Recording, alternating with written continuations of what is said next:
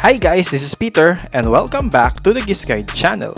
As Infinix is set to officially bring the Note 30 5G here in the Philippines by the end of May, let's take a closer look at what's in its box package and its key features. As you can see, box pa lang, big impression na.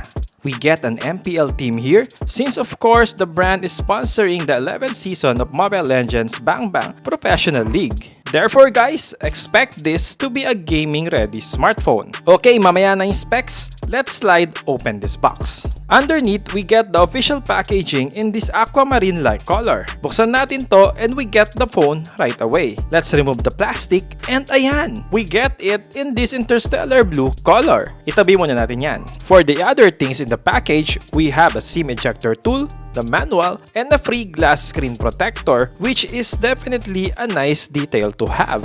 Then we also get this MPL-themed black case, a 45 watts adapter, and the USB Type-A to Type-C cable. And that's all of it. From the get-go, the Infinix Note 30 5G sports a tall and boxy design. The back has a shimmering hue that changes color pag natatamaan ng ilaw. Located on the left side is a card slot for 2 nano SIM cards and a dedicated slot for a micro SD card. Tapos sa right naman are all its buttons. In the volume rocker and the power button that also doubles as a fingerprint scanner.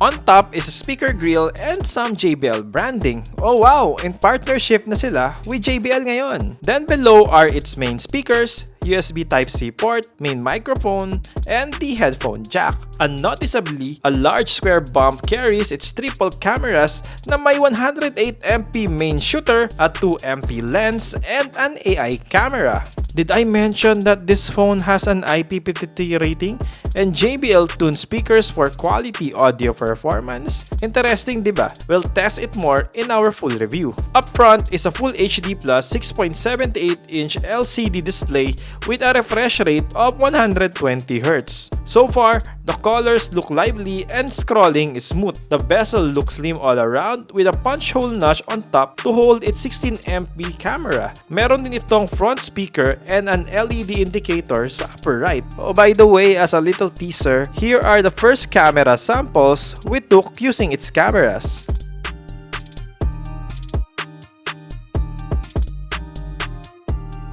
And also, as you can see, we are greeted with this nice MPL-themed interface that goes across apps and settings. Pretty cool. You can switch it to the normal theme naman if you're not a fan of it. As for internals, this device is powered with a 5G-ready Dimensity 6080 with 8GB of RAM and 128GB of storage. This mid-range chip is known to handle gaming well for affordable devices, so we'll test it more in our review. Talking about its battery, it keeps a huge 5000 mAh capacity with a 45 watts fast charging. If you are wondering about the price, it will be revealed when the Infinix Note 30 5G launches on May 30, 2023. So abangan natin yan guys. Feeling namin mura to despite all the good things about it that we mentioned above. It is a pretty interesting smartphone so far. Magkakatalo na lang yan sa presyo. And that's it for now. Don't forget to like and subscribe to our channel for more tech reviews and features. Again, this is Peter of GIZGUIDE.com and I'll see you next time. Stay safe always and goodbye.